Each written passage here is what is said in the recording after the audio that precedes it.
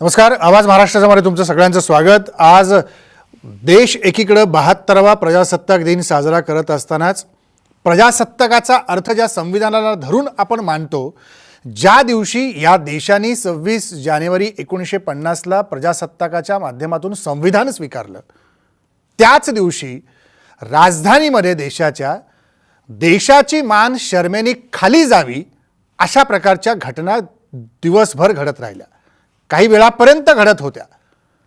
पहिला जबाबदार कोण आहे? शेतकऱ्यांचं आंदोलन इतकं हिंसक होण्यामागे नेमका हात कुणाचा आहे? कोण हे सगळं करत होतं? जर सिंगू बॉर्डरवरती दिल्लीच्या अलीकडे हरियाणाच्या तिथे 5 लाख शेतकरी जमतील ही शक्यता वर्तवली जात होती, 25,000 ट्रॅक्टर्स हे दिल्लीच्या दिशेने मार्च करतील असं म्हटलं जात होतं. इतकं सगळं होत असताना 26 जानेवारीला दिल्लीमध्ये संचलन होतं, प्रचंड सुरक्षा व्यवस्था असते. असं असताना दिल्लीमध्ये या हिंसक वळणाचं आंदोलन घडलं कसं? लाल किल्ल्यावर जाऊन आंदोलकांनी तिथे त्यांचा झेंडा फडकवला. जी लाल किल्ल्याची शान अबाधित राहिली पाहिजे यासाठी प्रत्येकजण सुरक्षा व्यवस्थेच्या माध्यमातून आपण प्रयत्न करतो, तिथपर्यंत हे आंदोलन पोहोचलं. आणि मग पोलीस काय बघ्याची भूमिका घेत होते?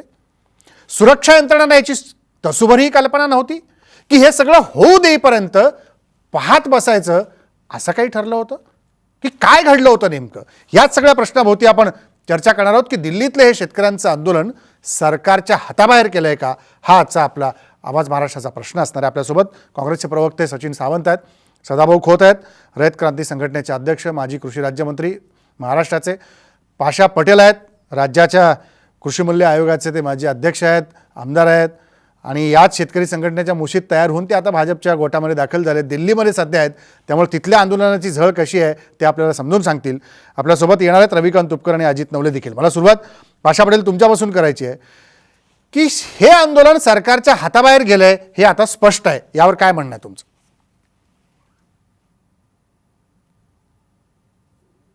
सरकारच्या हाताबाहेर गेलं असं नाही. सरकारने आजपर्यंत या आंदोलनाकडे शेतकऱ्याचं आंदोलन आहे आणि म्हणून शेतकऱ्यांच्या ज्या मागण्या आहेत त्या मागण्यासाठी सरकारने कायम चर्चेचे दरवाजे उघडे ठेवलेले आहेत.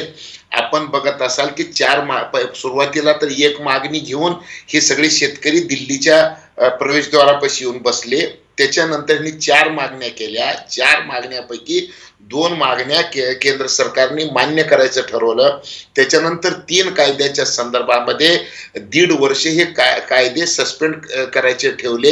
एवढं सगळं असताना पुन्हा ह्याची रॅली 26 जानेवारीला ट्रॅक्टर रॅलीची परवानगी मागितली, तरी सुद्धा सरकारने ह्यांना ती परवानगी दिली.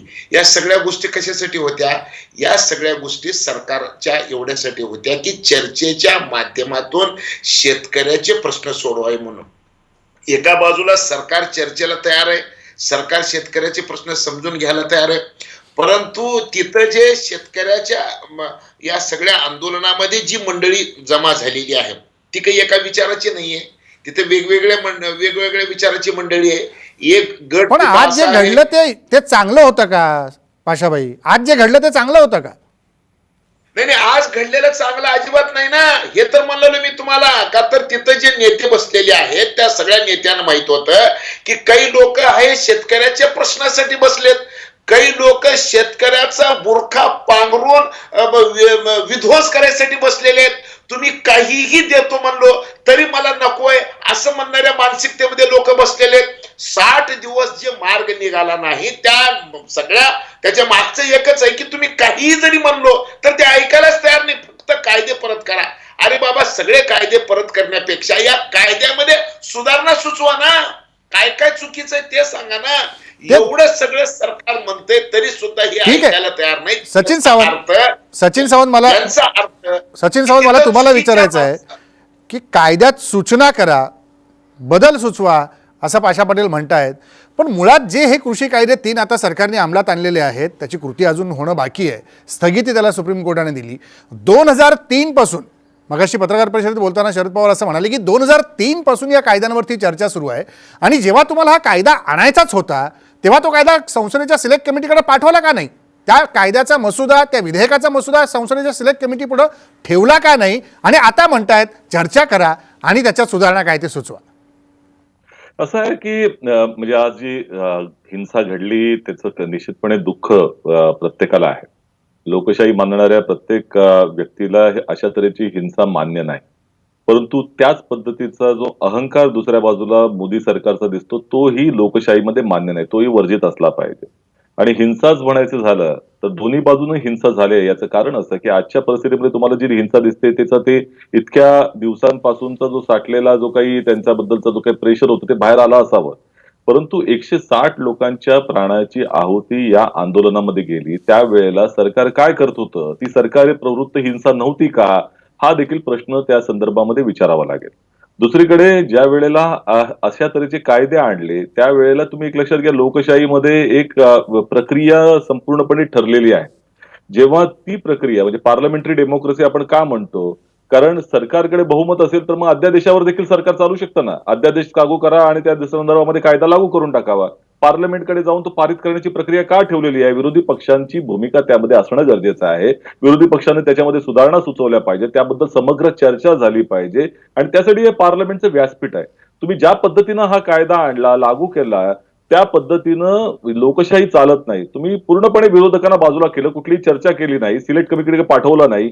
ज्या पद्धतीनं झालं पाहिजे तो विश्वास दिसला पाहिजे होता जनसामान्यांच्या बाबतीमध्ये हा कायदा आहे तेव्हा तो लागू करताना विचार झालाय असा विचार लोकांना वाटत नाही, तो विश्वास वाटलेला नाही.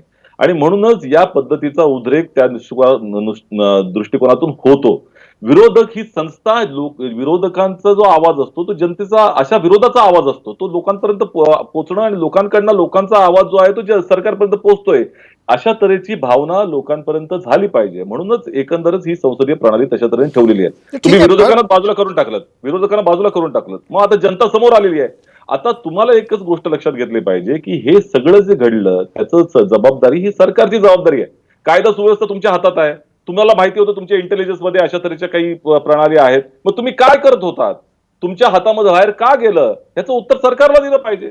बिलकुल दिलं पाहिजे. मी त्याच मुद्द्यावर परत काही प्रश्न उपस्थित मला करायचेच आहेत. डॉक्टर अजित नवले आत्ता आपल्या सोबत आहेत, ऑल इंडिया किसान सभेचे. डॉक्टर अजित नवले, काल आपण ही चर्चा केली होती आणि शांततेने दिल्लीतलं आंदोलन होईल हे सातत्याने प्रत्येकजण संयुक्त कामगार मोर्चा आणि शेतकरी संघटनेच्या माध्यमातून सांगत होतं.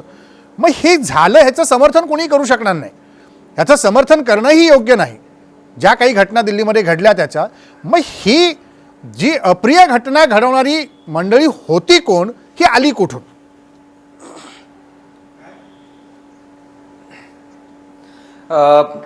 आपण अगदी बरोबर म्हणालात की या देशाचं प्रजासत्ताक, या देशाचा तिरंगा, या देशाची अस्मिता ही आपल्यासाठी अत्यंत प्रायोरिटीची आणि आपल्या काळजात जपून ठेवावी अशी गोष्ट आहे. त्यामुळे याबाबत काहीही जे काही घडलं किंवा एकंदरीतच हिंसेच्या बाबत जे काही घडलं त्याचं समर्थन तुम्ही आम्ही कुणीच करत नाही. किंबहुना ही गोष्ट घडायला नको होती याच मताचे आपण सर्वजण आहात. मात्र आता माझे मित्र जे म्हणाले की 160 लोकांचे ज्यावेळी प्राण गेले, त्यांचे मृतदेह ज्यावेळी त्यांच्या गावात गेले असतील, ते त्या ठिकाणी जाळले जात असतील, त्यावेळी माणसं दगडाची नसतात, तरुण दगडाचे नसतात, त्यांची मनं दगडाची नसतात, त्यांना काहीच वाटलं नसेल का? त्यांचा 60 दिवसाचा जो संताप आहे, त्यांचा 7 दिवसाचा जो संयम आहे, ते माणसं आहेत, दगडाची नाहीत, त्यांचा संयम सुटला असेल असाच एक प्रकारचा विचार होऊ शकत नाही का? सरकार कॉर्पोरेट घराण्यांना ह्या शेतीचा उत्पादन, या शेतीमालाचं साठवणूक, व्यापार आणि त्यातून प्रचंड नफा कमवण्याची मक्तेदारी बहाल करण्याचा जो शब्द सरकारने 2 कॉर्पोरेट घराण्यांना दिलाय तो पाळण्यासाठी देशाची शांतता, देशाचा तिरंगा, देशाची एकंदरीत सौंदर्याचं वातावरण हे सगळं पणाला लावतंय. हे लावण्याची खरंच आवश्यकता आहे काय? एका शब्दामध्ये सरकारने जर सांगितलं की मतभेद असतील तर आपण हा कायदा जो घाईत आम्ही केला तो परत एकदा व्यासपीठावर ठेवू, त्याच्यावर परत चर्चा करू, तोपर्यंत हा कायदा रद्द ठेवू आणि आधार भावाचा कायदा जे शेतकरी मागतायत त्याच्यावर खुल्या मनाने चर्चा सुरू करून तो करण्याकडे पावलं टाकू. बस इतकं जर ते म्हणाले, आत्ताही ते म्हणाले, तरी हा सगळा विध्वंस एका मिनिटामध्ये थांबण्यासारखा आहे. परंतु कॉर्पोरेट घराण्यांना जो शब्द दिला आहे तो पाळण्यासाठी सबंध देश नाही देशाची सरकारने अस्मिता, सरकारने दीड देशाची एकता, वर्ष हा कायदा आपण स्थगित करू असं सरकार म्हणालच होतं. नाही काय नाही डॉक्टर मी येतो. दीड वर्ष सरकार म्हणत होतं की हा कायदा आपण स्थगित ठेवू, दरम्यान चर्चा करू आणि सुधारणा काय असतील तर करू, तर ते तरी शेतकरी संघटनांना मान्य होतं की नाही? हे बघा, मला आठवण आपल्याला करून द्यायची आहे की ज्यावेळी सरकार 1.5 वर्ष स्थगित ठेवतं असं म्हणालं, त्यावेळी सगळ्या संयुक्त किसान मोर्चाने सांगितलं की आता याच्या जोडीला आधार भावाच्या बद्दल बोला, शेतकऱ्यांच्या स्वामीनाथन आयोगाबद्दल बोला. त्याबद्दल सरकार एक शब्दही उच्चारायला तयार नव्हतं. फक्त हे कायदे रद्द करणं या आंदोलनाचा मुख्य उद्देश नाही. महाराष्ट्रात ज्या शेतकऱ्यांच्या आत्महत्या होत आहेत त्याचं मुख्य कारण शेतीमालाला रास्त भाव मिळत नाही हे आहे. हे पुरेसं स्पष्ट झालेलं आहे. आणि त्यामुळे आपले सोयाबीन उत्पादक शेतकरी आहेत, कापूस उत्पादक शेतकरी आहेत, फळ उत्पादक शेतकरी आहेत, दूध उत्पादक शेतकरी आहेत, यांना किमान आधार भावाचं संरक्षण मिळावं हे सबंध देशवासी शेतकऱ्यांची अत्यंत तळमळीची मागणी आहे. सरकार याच्याबद्दल बोलायला तयार नाही. आम्ही शेतकरी काय मागतोय? आम्ही मिनिमम मागतो आहे. मॅक्झिमम दिलं आनंद आहे, पण मिनिमम सपोर्ट प्राइस, बरोबर, किमान आधारभूत किंमत तरी मालाला द्यावी. आमचा जीव आम्हाला जगवता येईल एवढं द्या. बरोबर आहे सदाभाऊ, तुम्ही सरकारमध्ये सदाभाऊ आपण विचारू, सदाभाऊ कृषी राज्यमंत्री होते सरकारमध्ये, आणि जो भाव दिला पाहिजे हे ठरवण्यासाठी म्हणून पाशाभाईंना त्या सरकारमध्ये कृषी मूल्य आयोगाचा राज्याचा अध्यक्ष केला होता. हे दोन्ही माणसं आपल्या सोबत आहेत, त्यामुळे दोघांकडे आपण या चर्चेचा मुद्दा नेऊया. सदाभाऊ, मला तुम्हाला विचारायचं आहे की किमान आधारभूत, ज्याला MSP म्हणतो, हे MSP मिळावं, उसाला MSP मिळावं म्हणून तुम्ही शेतकरी संघटनेत असताना खूप मोठी आंदोलनं केली, सरकारला हलवून सोडलं, आणि सरकारमध्ये गेल्यानंतर तो भाव लागू करता आला नाही का तुम्हाला? मग हे शेतकरी आज आंदोलनासाठी रस्त्यावर का उतरतात? एक गोष्ट आपल्या लक्षामध्ये घेता येईल की पूर्वी साखर कारखानदारीमध्ये झोनबंदीचा कायदा अस्तित्वात होता आणि आदरणीय शरद जोशींनी त्याच्याबद्दल आंदोलन उभा केलं आणि झोनबंदीचा कायदा रद्द झाला आणि साखर कारखानदारांच्या मध्ये स्पर्धा निर्माण झाली. शेतकऱ्यांना ऊसाला चांगला भाव मिळायला लागला, त्याला कोणत्याही कारखान्याला ऊस घालण्याचा अधिकार मिळाला. माझ्या ही एक मोठी झोनबंदी या 3 कायद्याच्या माध्यमातून उठत आहे आणि शेतकऱ्याला त्याचा माल कुठेही विकण्याचं स्वातंत्र्य मिळत आहे. एक गोष्ट तुम्ही या ठिकाणी राजेंद्र भाऊ जो उल्लेख केला त्याचा मी उल्लेख करेन की न्यायमूर्ती धनंजय चंद्रचूड व न्यायमूर्ती क्षितिज व्यास यांनी एक त्यांच्या समोर आत्महत्येच्या संदर्भामध्ये याचिका आल्यानंतर Tata institute of social science यांना या आत्महत्येच्या संदर्भामध्ये अभ्यास करायला सांगितलं आणि त्यांनी 1996 साली 1996 ते 2004 या काळात उत्पादन खर्चापेक्षा शेतमालाला 30 ते 50% हमी भाव मिळालेला आहे. सरकार किती हमी भावानं शेतमाल खरेदी करतं? पंजाब आणि हरियाणाचा या सगळ्या गहू आणि भातपट्ट्यामध्ये 80-85% खरेदी करतं आणि इतर राज्याचा आणि देशाचा विचार केला वेगवेगळ्या राज्यांचा तर 6 ते 9% शेतमाल खरेदी करू शकतं. एका बाजूला ही सरकारची खरेदी पुरंपार चालत आलेली आहे, भविष्य काळामध्ये ती चालत राहणार आहे. परंतु याचा अर्थ असा नाही की शेतकऱ्याला मग खुल्या मार्केटमध्ये त्यानं त्याचा माल विकूच नये. आज आपल्या राज्यामध्ये काय अवस्था आहे? आपल्या राज्यामध्ये 300 मार्केट कमिटी आहेत आणि 60 मार्केट कमिटी आहे ह्या प्रायव्हेट मार्केट कमिटी आहेत. आपल्या राज्यामध्ये पण सदाभाऊ हा तुमचा मुद्दा एका बाजूला आपण तुम्ही मांडत असलेला मुद्दा आपण खुल्या बाजारातला माल विक्रीचा मानूया की रास्त आहे. मला रविकांत तुपकर तुम्हाला विचारायचा, ब्रेक घ्यायचा, मला ब्रेकनंतर ही चर्चा पुढे चालू ठेवा. त्याच्या आधी मला तुम्हाला विचारायचं आहे, जर खुल्या बाजारात नेऊन शेतकऱ्याला हा सगळा माल विकायचा असेल तर खुल्या बाजारात APMCच्या बाहेर मी व्यापारी नाही, मी दलाल नाही, मी एक सर्वसामान्य माणूस आहे म्हणून त्या शेतकऱ्याकडनं कमी भावामध्ये खरेदी करणारा माणूस हा APMC मधलाच असतो. ह्याला आपण कसं काय सांगणार की तो नाही आहे APMCतला, तो खुल्या मार्केटमधलाच माझा माल घेतोय, तो शेतकऱ्याकडनं खुल्या मार्केटमधलाच माल घेतोय, याला पुरावा काय? सदाभाऊ मी येतो, रविकांत तुपकर. सदाभाऊ येतो मी तुमच्याकडे. रविकांत तुपकर, मुळामध्ये कुठेही माल विकण्याचं कुठेही माल विकण्याचं स्वातंत्र्य असलं पाहिजे, या गोष्टीचं आम्ही स्वागत करतो. पण मुख्य मुद्दा जो आहे तो हमी भावाच्या संरक्षणाचा आहे. हमी भाव जेव्हा मिळणार नाही त्याच्यावर काय कठोर कारवाई होणार हा मुद्दा महत्वाचा आहे आणि शिक्षेची तरतूद महत्वाची आहे. आज जी परिस्थिती प्रजासत्ताक दिनाच्या निमित्तानं दिल्लीमध्ये झाली अत्यंत दुर्दैवी आहे. ही पाळीच मुळामध्ये केंद्र सरकारने का आणली? इतके दिवस झाले आंदोलन सुरू आहे, तर हे आंदोलन आजपर्यंत केंद्र सरकारनं मिटवलं नाही, म्हणूनच तर ही आजची वेळ या ठिकाणी आलेली आहे. आणि केंद्र सरकारला कशाचा अहंकार आहे? तुम्ही कायदे आणताय शेतकऱ्यांच्या हितासाठी, शेतकऱ्यांनाच ते कायदे मान्य नाहीत ना. मग ज्यांच्यासाठी कायदे आणतायत त्यांना जर ते कायदे मान्य नाही तर पटकन ते कायदे मागे घ्यायला पाहिजे. असं का होत नाही? आणि लोकशाही प्रक्रियेमध्ये जसं सावंत साहेबांनी या ठिकाणी सांगितलं की विरोधी पक्षाचं म्हणणं ऐकून घ्या, शेतकऱ्यांचं म्हणणं ऐकून घ्या, शेतकरी नेत्यांचं म्हणणं ऐकून घ्या, राज्य सरकारांच्या शिफारशी मागवा आणि मग हा कायदा नव्याने पुन्हा एकदा कायदा आणा ना. फरक काय पडतो? परंतु केंद्र सरकारला अहंकार आलेला आहे. या देशामध्ये ज्या ज्या सरकारांनी अहंकार आणि मस्ती केलेली आहे त्यांचा माज आतापर्यंत सामान्य माणसाने उतरवलेला आहे. हे सरकारने लक्षात ठेवलं पाहिजे. पण शेतकऱ्यांच्या या कृतीचं तुम्ही समर्थन करताय?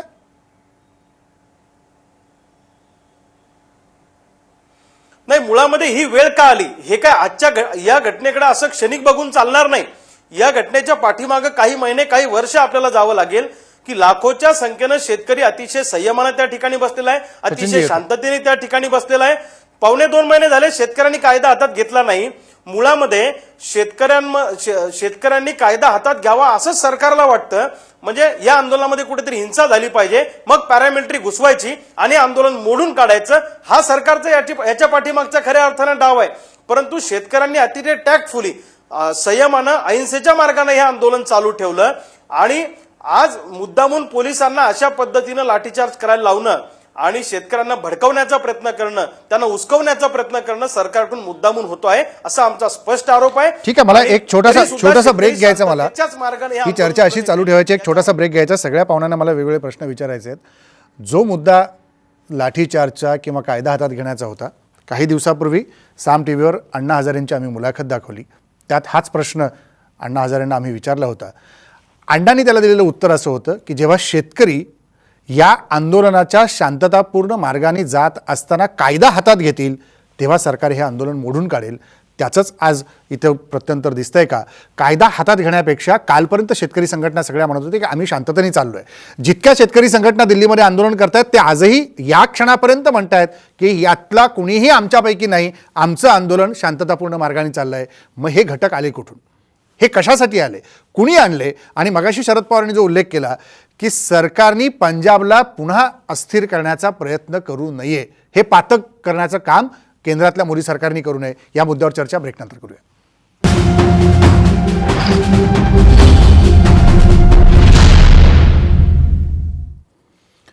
ब्रेकनंतर पुन्हा एकदा स्वागत. आपण दिल्लीतल्या आजच्या सगळ्या हिंसक घटनेच्या पार्श्वभूमीवरती ही चर्चा करतोय. सचिन सावंत, मगाशी जो मुद्दा उपस्थित झाला हमीभावाचा, MSPचा मुद्दा, याच हमीभावाच्या मुद्द्यावरती जोरदार प्रचार करून सरकार सत्तेपर्यंत गेलं, सत्तेच्या खुर्चीपर्यंत पोहोचलं. आणि जेव्हा शेतकरी म्हणतोय की ते कायदे आणत असताना या हमीभावाचा विचार आमच्यासाठी म्हणून करा, कायद्यातल्या तरतुदीसाठी म्हणून नको, तर ती चर्चा करायला काय हरकत आहे सरकारला? एक लक्षात घ्या, गेल्या 6 वर्षामध्ये सरकारचा चेहरा लोकांनी ओळखलेला आहे. आणि पहिलं जे आंदोलन झालं होतं आपल्याला आठवत असेल ते लँड ऍक्विजिशन बिलच्या संदर्भात होतं. त्याही वेळेला सरकारनं जी भूमिका घेतली होती ती शेतकऱ्यांच्या विरोधातली भूमिका होती. आणि हे निवडक लोकांसाठी चाललेलं सरकार आहे हे वेळोवेळी उघडकीस आलेलं आहे. तुम्ही लक्षात घ्या, विरोधक हा त्या प्रेशर कुकर मधला एक सेफ्टी वॉल्व असतो. जी एका कुठलाही कायदा आणा किंवा कुठलाही निर्णय सरकारचा सर्वमान्य असू शकत नाही. काही लोकांना न्याय देणार असतो, काही लोकांवरती तो अन्याय झाला असतो, अशा तऱ्हेची त्यांची भावना होऊ शकते. त्या भावनेला योग्य पद्धतीनं हाताळून ती भावना लोकशाही मार्गाने बाजूला व्हावी, त्याची ती वाफ निघून जावी, याकरता विरोधकांचं काम असतं. पण ते विरोधकच देशद्रोही झाले या कालावधीमध्ये आपण पाहिलं. हे अगोदर झालं. मुळात मध्यंतरीच्या काळात सचिन सावंत विरोधकांवरती आरोप पण असा झाला की ज्या सेफ्टी वॉलचा उल्लेख तुम्ही केला तो सेफ्टी वॉलच निघून गेला, त्यामुळे सरकारवरती प्रेशर बिल्टअपच होत नाही. मग विरोधक या मध्यंतरीच्या काळामध्ये सरकारवर प्रेशर टाकण्यामध्ये कमी पडला का? हा आरोप पण मध्यंतरी झाला. कसं कमी पडलं म्हणजे तुम्ही जर संसदेमध्ये जर चर्चाच घडून देणार नसाल आणि आपल्या पाशवी बहुमताच्या बळावरती तुम्ही हे रेटून नेणार असाल तर त्याची भूमिका ही अराजकामध्येच होणार आहे ना. ही एनआरकी ह्याच्याच माध्यमातून आलेली आहे ना. त्यांना असं वाटलं सरकारला की आपण शाहीनबागच्या वेळेला ज्या पद्धतीनं हाताळलं आंदोलन ते शांततापूर्णच आंदोलन होतं. संविधानाला बरोबर घेऊन बायका तिकडे बसल्या होत्या. त्यांच्या समोर जाऊन जेव्हा एक बंदूक घेऊन मुलगा जातो त्या बंदूक घेऊन जाणाऱ्या मुलाला तुम्ही भारतीय जनता पक्षामध्ये प्रवेश देता, ही वस्तुस्थिती आहे. तुमचा मंत्री स्वतः जाऊन त्या ठिकाणी गोळी मारो म्हणून भाषा वापरतो.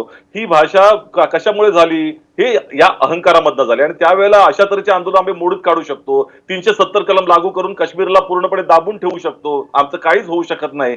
मग अशा अहंकारामधनं अशा तऱ्हेची भावना तयार होते की अशा तऱ्हेचे कायदे आम्ही आणलेत, मग त्याला विरोध कसा कोण करू शकतो.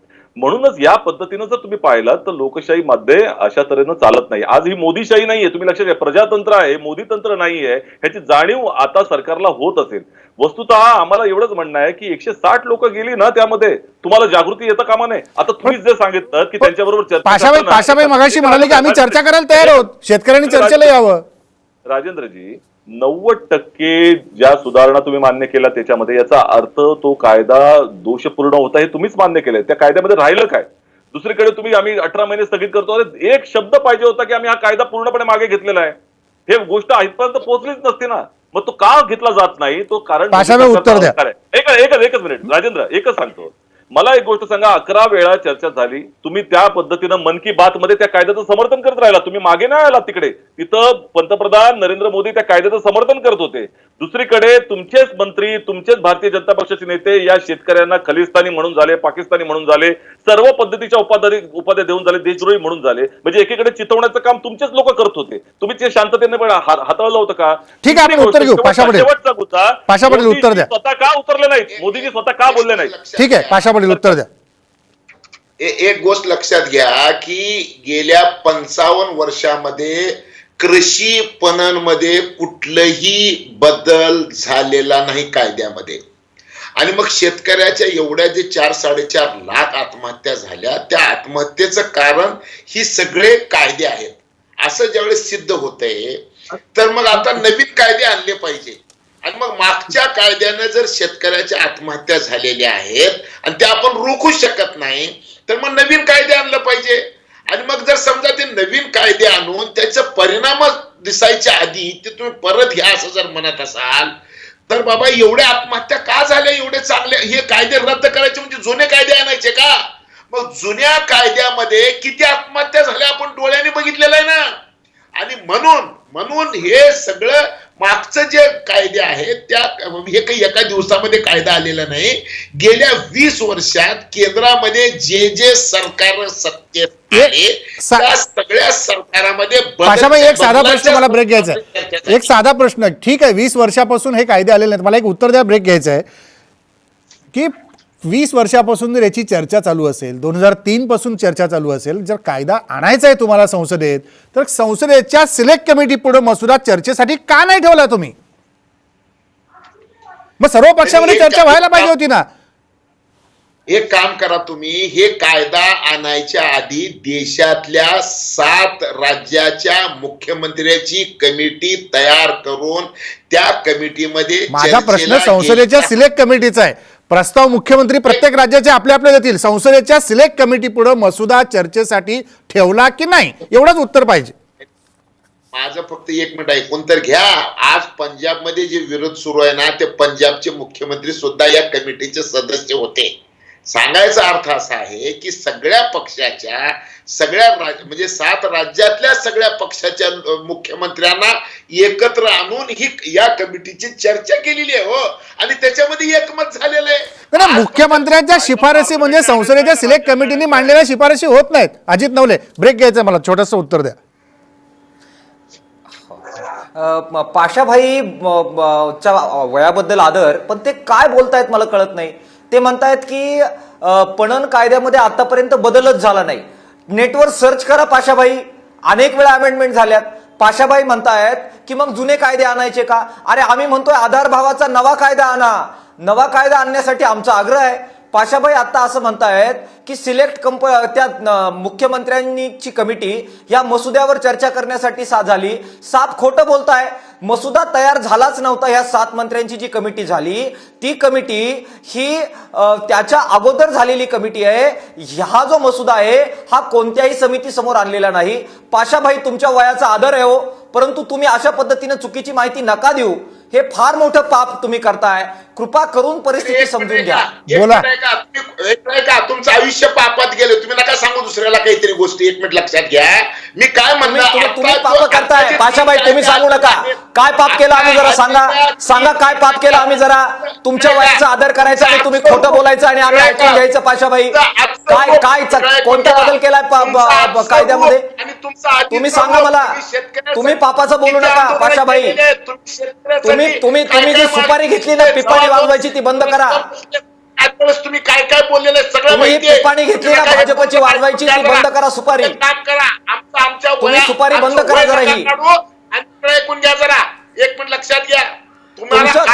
तुम्ही सुपारी घेतली ती बंद करा पाशाबाई. तुम्हाला काय सांगलं नीट ऐकून घ्या. तुम्हाला काय बोलायचं तुम्ही बोलत जावा. कशाला खोटं बोलता आणि लोकांना खोटं सांगता. कशाला खोटं बोलता आणि लोकांना खोटं सांगता पाशाबाई. कशाला खोटं बोलता आणि खोटं सांगता. समिती जी मुख्यमंत्र्यांची स्थापन झाली ती या कायद्यावर झाली होती. लोकांना कळत नाही तुम्ही खोटं बोलताय ते पाशाबाई. खोटं का बोलता पाशाबाई. खोटं का बोलता तुम्ही. तुमच्या वयाला शोभत नाहीये. तुम्ही शोभत नाही तुमच्या वयाला. डॉक्टर एक मिनिट ऐकून घ्या. डॉक्टर तुमचंच ऐकत आलो पण खोटं कशाला बोलता. तुम्ही कुठल्या भोकामध्ये बसले होते माहितीये का तुम्हाला. तुम्ही बोललो मुख्यमंत्र्यांची कमिटी कशासाठी स्थापन केली होती सांगा. मुख्यमंत्र्यांची समिती कशासाठी स्थापन केली होती. ऐकून घ्या जरा. मसुद्यावर चर्चा करण्यासाठी स्थापन केली होती काय. पाशाबाई थोडं शांत व्हा. ऐका पाशाबाई ऐका जरा थोडं शांत व्हा. पाशाबाई ऐका. पाशाबाई ऐकून घ्या. पाशाबाई ऐकून घ्या ना. पाशाबाई थोडं ऐकून घ्या. थोडं ऐकून घ्या. ऐका वातावरण दिवसभर सकाळपासून तापलंय. आता तुम्ही उगाच ते जास्त तापू नका.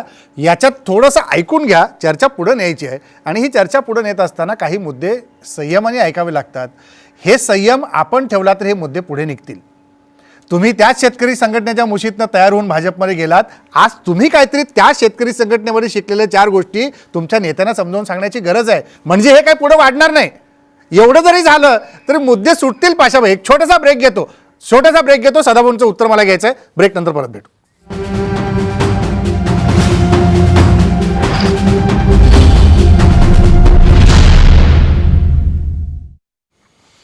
ब्रेक नंतर पुन्हा एकदा स्वागत. सदाभाऊ खोत, जे मुद्दे मगाशी पाशा पाटील मांडत होते हे मुद्दे तुम्हाला पटतात का. आता शेवटी काय तुम्ही त्याच पक्षामध्ये सोबत आहात त्यामुळे हे मुद्दे पटतात का. कारण याची चर्चा कुठतरी झाली पाहिजे होती. किमान आधारभूत किमतीची चर्चा झाली पाहिजे होती आणि शेतकऱ्यांचे प्रश्न सोडवण्याकरता म्हणून आता पुढाकार सगळ्यांनी घेतला पाहिजे. सर्व पक्षीय नेत्यांनी घेतला पाहिजे.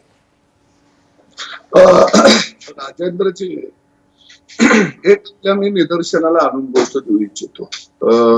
प्रत्येकाचा एखाद्या विषयामध्ये मतांतर असू शकतात. त्याच्याबद्दल मला त्या खोलामध्ये जायचं.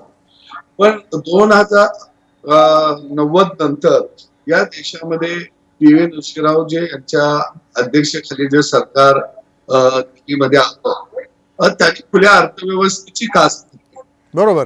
पण त्यावेळी गॅट करारामध्ये होतो. गॅट कराराचं नंतर 1995 ला WTO मध्ये रूपांतर झालं आणि त्यावेळी काय ठरलं तर व्यापारातील अडथळे दूर करणे, आयात निर्यात मुक्त करणे, प्रवाह एका देशातून दुसऱ्या देशामध्ये सहजपणे हस्तांतरण करणे, एका देशातील प्रगत तंत्रज्ञान दुसऱ्या देशात जाईल अशी व्यवस्था करणे, अशा वेगवेगळ्या गोष्टी होत्या.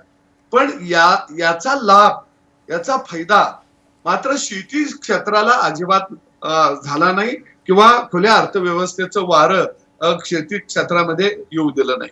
हा एक मुद्दा.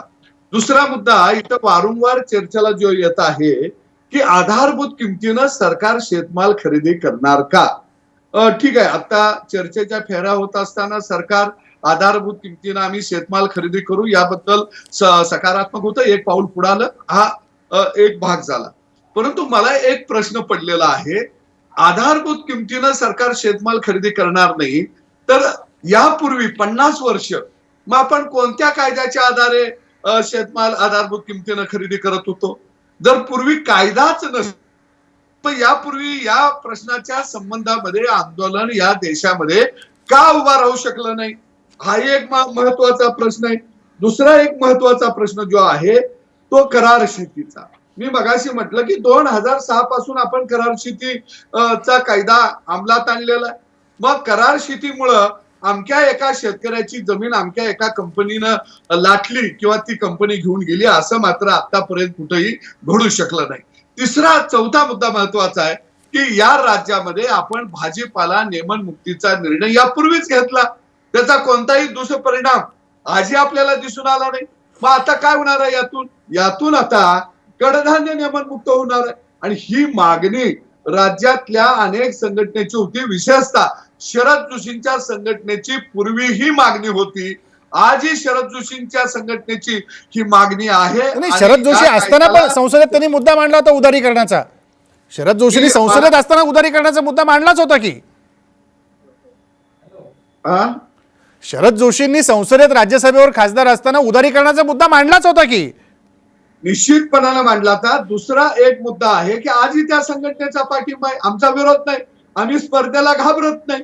कारण शेवटी स्पर्धा येतो जर सचिन. झाली तर उत्पादक आणि ग्राहकाचा दोघाचाही फायदा होत असतो. तिसरा एक पाशा पटेलनी चांगला मुद्दा मांडला होता की कमिटी 1 जुलै 2019 रोजी कमिटी केंद्रानं स्थापन केलेली होती. माजी मुख्यमंत्री देवेंद्रजी फडणवीस यांच्या नेतृत्वाखाली.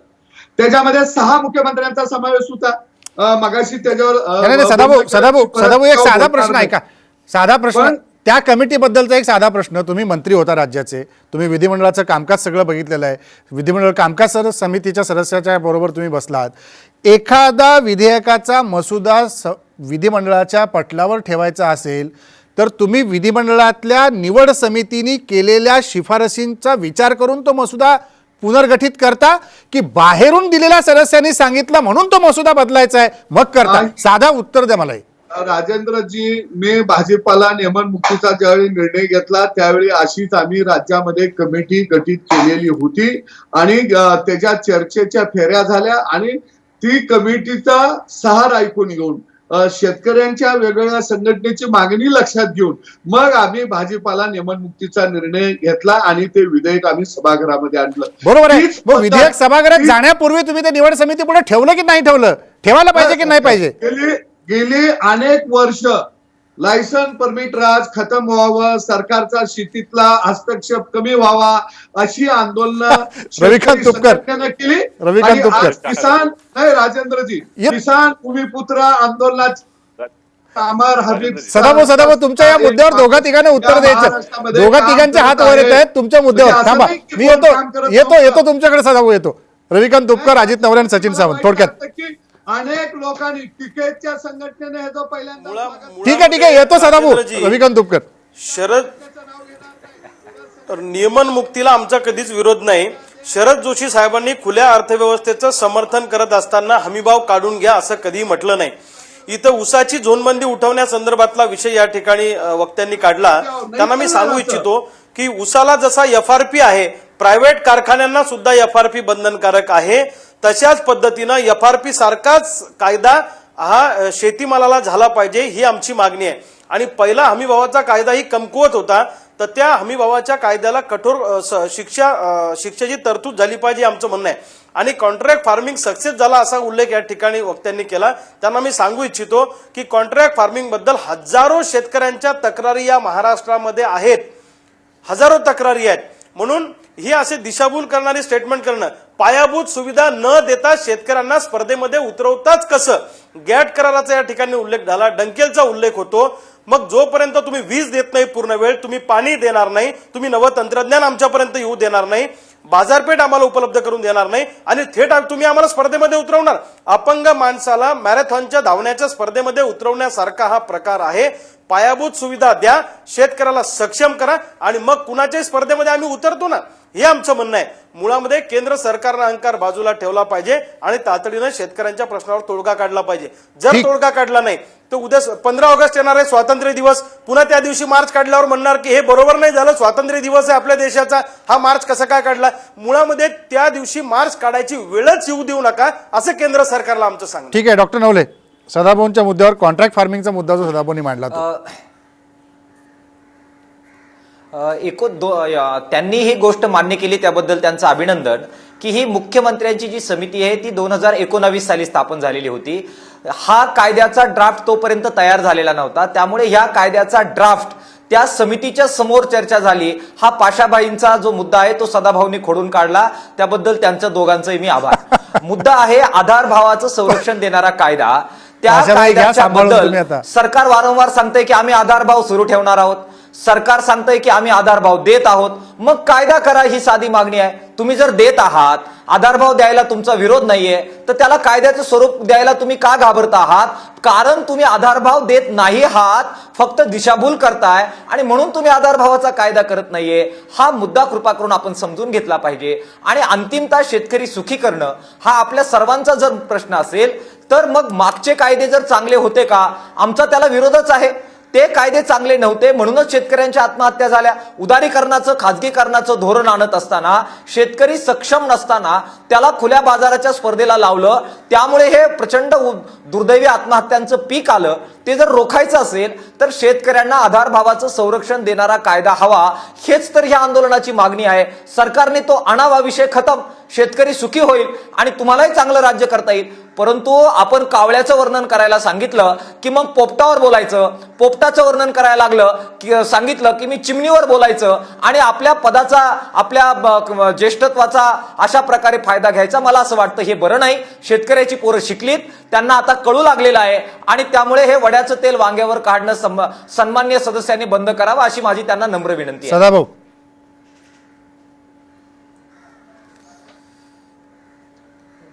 सदाभाऊ उत्तर द्या. डॉक्टरांनी जे मुद्दे मांडले त्याच्यात. डॉक्टरांना एवढं सांगेन की कराराच्या स्थितीचा कायदा महाराष्ट्रामध्ये अस्तित्वात आला तो 2005 साली. माझ्याकडं या ठिकाणी विधान विधान परिषदेनं विधेयक पास केलं, ते माझ्याकडे आहे. पण तो कायद्याला आल्यानंतर काही शेतकऱ्यांची शेती कोणत्या कंपनीने काढून घेतली नाही. त्यावेळी सरकार कुणाचं होतं, मग त्यावेळी का विरोध झाला नाही?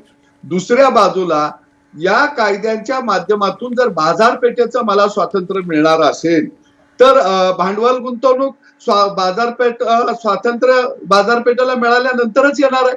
बंदिस्त व्यवस्थेमध्ये कोण कशाला गुंतवणूक करायला? पण तुमची मानसिकता अशी आहे की हा कायदा लागू झाल्यानंतर त्याचे परिणाम येण्याच्या अगोदरच तुम्ही जेणेकरून की शेतकरी आता अडचणीत येईल, त्याला. पण सदाभाऊ, तुमचा मुद्दा काय सचिन सावंतांना पटत नाहीये? तुमचा मुद्दा सचिन सावंतांना पटत नाही, ते मगाचपासून म्हणतात की नाही, हे काय बरोबर नाही. सचिन सावंत, नाही, काय झालं राजेंद्र? सदाभाऊ ऐका ना, ऐका. सदाभाऊ सचिन सावंत काय म्हणतात ऐका ना. सचिन सावंत, उदारीकरणाच्या कसं झालं? ऐका, बोला बोला बोला. सचिन सावंत बोला. ऐका, सचिन सावंत, मग यांचं तर्कहीन जे बोलणं आहे ते मी ऐकतोय आणि जे म्हणाले अजित नेवलेजी ते योग्य आहे की ह्याचं पोपटाचं जेव्हा त्याकडे वर्णन करायला सांगतात, चिमणी सांगतात. प्रश्न असा आहे, उदारीकरणाच्या दृष्टिकोनातून जर बोलायचं झालं तर जागतिक दृष्टिकोनातून जर विचार केला तर असे प्रगत राष्ट्र अनेक आहेत. अमेरिकेसारखं राष्ट्र देखील सबसिडी देत आहे आणि शेतकऱ्यांना मदत करते. ते खुली अर्थव्यवस्था त्यांनी पूर्णपणे स्वीकारली नाही या शेतीमध्ये, हे लक्षात घेतलं पाहिजे. त्यामुळे शेतीला मदत केल्याशिवाय, शेतकऱ्यांना मदत केल्याशिवाय ते स्पर्धेमध्ये उभे राहू शकतात, ही संकल्पना आम्हाला अमान्य आहे. निश्चितपणे MSP ची आवश्यकता आहे. तुम्ही जर मला एकच साधी गोष्ट सांगा, आता जे कॉन्ट्रॅक्ट फार्मिंगच्या संदर्भामध्ये 2006 चा कायदा सांगतायत, जे विधेयक सदाभाऊ ऐका ना, सदाभाऊ ऐका ना. सदाभाऊ एक मुद्दा ऐकून घ्या, परत आपण ब्रेक नंतर चर्चा करू. एक मुद्दा ऐकून घ्या सदाभाऊ, एक मुद्दा ऐकून घ्या. सचिन सावंत, 2006च्या कायद्यावरती जी चर्चा विधिमंडळात झाली त्यामध्ये दोन्ही सभागृहामधले मी तपशील तपासून पाहिले. त्यामध्ये भारतीय जनता पक्षाच्या एकाही सदस्यांना भागही घेतला नाही. कुठल्या सदस्याने, एवढे मोठे दिग्गज त्यावेळेला नेते होते विरोधी पक्षामध्ये, त्यांनी भाग का नाही घेतला? याचं कारण असं आहे की यांना शेतीशी काही घेणं देणं नाही. आज त्यांना त्या शेतीच्या संदर्भामध्ये टाहो त्यांना फोडायचा आहे. ज्या वेळेला त्या वेळेला कायदे येत असताना तुम्ही तिथे भागही घेत नव्हतात, ही वस्तुस्थिती आहे. दुसरी गोष्ट अशी की MSP हा शब्द तिथे टाकायला तुम्हाला एवढा त्रास का झाला? याचं कारण आहे की तुम्हाला केवळ निवडक लोकांसाठी हे सरकार चालवायचंय. हे लोकांना पटले, शेतकरी लोकांना कळतंय की तुम्ही कायदे का आणताय, तुमचा अंतर्गत हेतू काय आहे. अदानीचे ज्या वेळेला मोठमोठे स्टोरेज तिकडे होत आहेत, मोठमोठे वेअरहाऊसेस तिथे होत आहेत, त्यावेळेला लोकांना दिसतंय ना की ह्यांच्यासाठीच हे सगळं चाललेलं आहे. त्यामुळे तुम्हाला कायदा कॅन्सल करायचा नाहीये याचं कारणच त्या दृष्टिकोनातून अदानी अंबानींनी तुम्हाला निवडणुकीला मदत केली, त्याचं उत्तरदायित्व फेडायचं आहे, ही वस्तुस्थिती आहे. मोदी त्यांच्यासाठी काम. ठीक आहे, या मुद्द्यावरती चर्चा पुढे न्यायची आहे. पाशाभाई, तुमचंही उत्तर घ्यायचं आहे मला. तुम्हाला या सेगमेंटला संधी मिळाली नाहीये. छोटासा ब्रेक घेऊ, ब्रेकनंतर परत येऊ आणि सुरुवात पाशाभाईंपासून.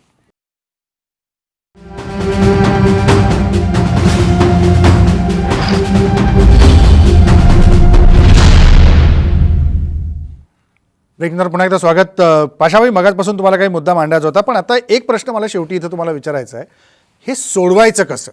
हे असंच चिघळत ठेवणं हे भारतीय लोकशाहीच्या दृष्टीने चांगली गोष्ट आहे का?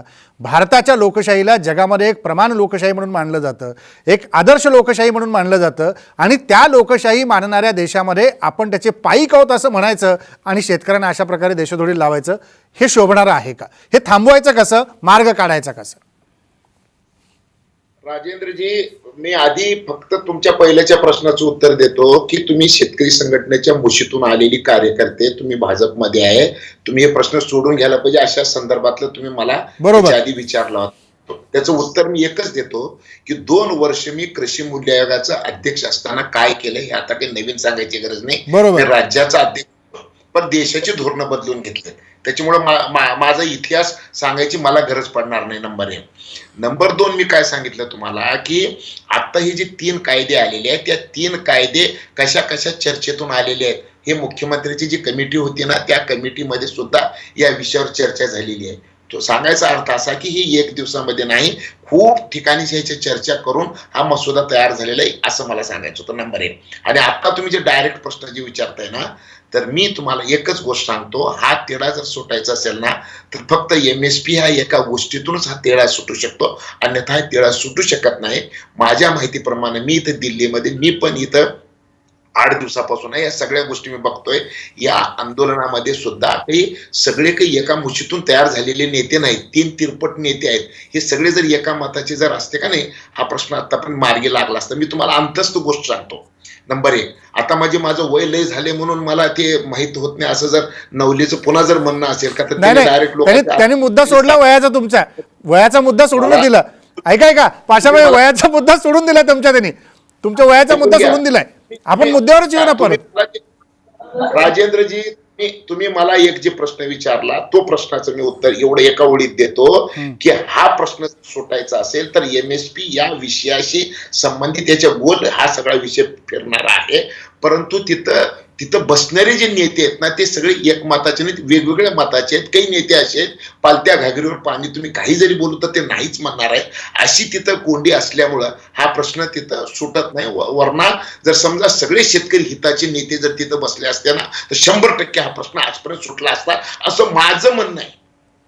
ठीक आहे, माझा वेळ संपला. आता पाशाभाई, तुम्ही भूमिका घेतली, दिल्लीत बसलात तर काहीतरी तोडगा काढण्याचा प्रयत्न करा, एवढंच मी इथं कार्यक्रम संपवताना म्हणू शकतो. वेळ संपलाय. धन्यवाद सगळ्या पाहुण्यांचे, सदाभाऊ, सचिन सावंत, डॉक्टर नवले, रविकांत तुपकर आणि पाशाभाई, तुम्ही चर्चेत आलात आणि सहभागी झाला त्याबद्दल. पण आजच्या दिवशी, प्रजासत्ताकाच्या दिवशी अशी घटना दिल्लीमध्ये घडणं हे खरोखरच शोभणारी गोष्ट नाही आहे. त्यामुळे याचा विचार सत्तेत बसणाऱ्यांनी आणि एकूणच सगळं राजकारणाचं पटल चालवणाऱ्यांनी, प्रत्येक नेत्यांनी करण्याची गरज आहे. इथंच थांबू. नमस्कार.